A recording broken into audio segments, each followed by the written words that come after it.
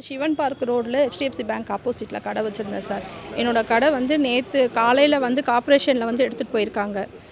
எனக்கு வந்து நேற்று ஈவினிங் நான் கடையை வந்து பார்க்கும்போது தான் எனக்கு வந்து கடையை எடுத்திருக்காங்கன்ற விஷயமே எனக்கு தெரிஞ்சிச்சு. சரி, நைட் டைமில் நம்ம யாரையும் இன்ஃபார்ம் பண்ணி கேட்க முடியாதுன்னு சம்மந்தப்பட்ட இந்த ஏரியாவில் இருக்க கவுன்சிலருக்கு வந்து நான் கால் பண்ணி ஃபோன் பண்ணி கேட்டோம். அவர் என்ன சொன்னார், மார்னிங் போய் நீங்கள் ஆஃபீஸில் போய் பாருங்கம்மா, ஆஃபீஸில் போய் பார்த்துட்டு நீங்கள் அவங்க என்ன சொல்கிறாங்கன்னு கேட்டு எனக்கு கால் பண்ணுங்கம்மான்னு சொன்னாங்க. இங்கே வந்து கவிதா மேம்னு ஒருத்தவங்க இருந்தாங்க. அவங்கள வந்து நாங்கள் பார்த்து நாங்கள் கேட்கும்போது அவங்க என்ன சொன்னாங்கன்னா, என்னோடய கடையோட ஃபோட்டோ காட்டுங்க அப்படின்னு சொன்னாங்க. நான் கடையோட ஃபோட்டோ காமிச்சு, இது மாதிரி நான் வந்து இவ்வளோ நாளாக 1 வருஷமாக கடை வச்சுட்ருக்கேன் மேம், கடை எனக்கு கொஞ்சம் ஹெல்த் இஷ்யூ இருக்கிறதுனால நான் ஒரு மாதமாக நான் கடையை வந்து ரன் பண்ணல, கடையை வந்து நான் மூடி வச்சுருந்தேன், எனக்கு 2 குழந்தைங்க இருக்காங்க மேம், கடையை வந்து நேற்று இன்ஃபார்ம் பண்ணாமல் எடுத்துகிட்டு போயிருக்காங்க அப்படின்னு தான் நான் சொன்னேன். ரொம்ப தன்மையாக அவங்கக்கிட்ட நான் சொன்னேன். அவங்க டக்குன்னு இந்த கடையை பார்த்துட்டு, இந்த கடைலாம் நாங்கள் எடுக்கலம்மா, யார் எடுத்துகிட்டு போனாங்களோ அங்கே போய் கேளுங்க, யார் தூக்கிட்டு போனாலும் எங்களை வந்து கேட்பீங்களா அப்படின்னு ஒரு வார்த்தை சொன்னாங்க. சரி, நம்ம எதுவும் பேச வேணாம்னு சொல்லிட்டு, ரொம்ப கஷ்டப்படுறேன் மேம், 2 பொம்பளை ஹஸ்பண்ட் இல்லை, நான் தனி ஒரு ஆளாக கஷ்டப்பட்டுருக்கேன் அப்படின்னு நான் சொன்னேன்.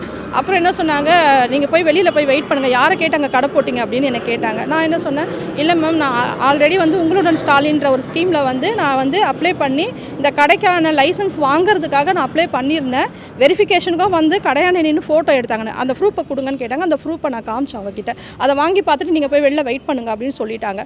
வெளியில் வந்தோடனே இன்னொரு மேம் மீட் பண்ண சொன்னாங்க. அவங்கள மீட் பண்ணி என்ன சொன்னாங்க, இந்த கடை வள்ளுவர் கோட்டத்தில் போய் பாருங்கம்மா, இருக்கான்னு தெரில, இருந்துச்சுன்னா 5000 ரூபா வந்து ஃபைன் கட்டி நீங்கள் கடையை எடுத்துகிட்டு போங்கன்னாங்க. சரி, ஓகே, போய் பார்க்க சொல்கிறாங்களா, நம்ம போய் பார்ப்போன்னு நானும் என் தம்பியும் போய் வள்ளுவர் கோட்டம் காலைல போய் பார்த்தோம்.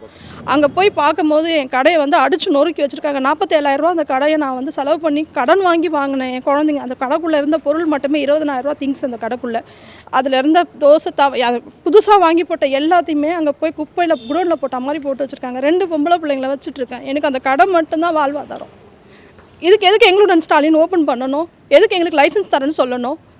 சரி சார், இந்த ஆஃபீஸ்லேருந்து தான் சார் எனக்கு இன்ஃபார்ம் பண்ணி ஃபோன் பண்ணி என்னை வந்து கேட்டிருக்காங்க, நீங்கள் வந்து இந்த கடையை வந்து நாங்கள் வெரிஃபிகேஷனுக்கு வரோம், நீங்கள் வந்து அங்கே நில்லுங்க மேடம் சொல்லி என்னோடய ப்ரூஃப், ஐடி ப்ரூஃப் எல்லாமே வாங்கியிருக்காங்க, என்னோடய ஆதார் கார்டு, பேங்க் எல்லாமே வாங்கியிருக்காங்க. அப்போ அன்றைக்கி அத்தனை வாட்டி எனக்கு கால் பண்ணி வெரிஃபிகேஷனுக்கு வாங்கன்னு சொன்ன ஆஃபீஸர், இன்றைக்கி அந்த கடையை எடுக்க போகிறோம், நீங்கள் கடையை வந்து வேறு இடத்துல மாற்றுங்க, இது கார்ப்பரேஷனோட நிறுத்தக்கூடாதுன்னு ஏன் சார் சொல்லலை? அந்த கடைக்கு முன்னாடி அத்தனை பெரிய பெரிய வண்டிங்க நிற்குது, அந்த வண்டியெல்லாம் ஏன் சார் தூக்கலை? அதே கார்ப்பரேஷன் ரோட்டில் தானே சார் வண்டி நிற்கிது, அந்த ஒரு கடைக்கு மட்டும்தான் அந்த வண்டியா? சரி, என் வண்டியை எடுத்துகிட்டு போனீங்க, வண்டியை ஏன் சார் அடிச்சு நொறுக்கணும்? 5000 ரூபா நீங்கள் கேட்குறீங்கல்ல, 5000 ரூபா நான் கொடுத்தா என் வண்டியை பழைய மாதிரி திருப்பி தருவீங்களா?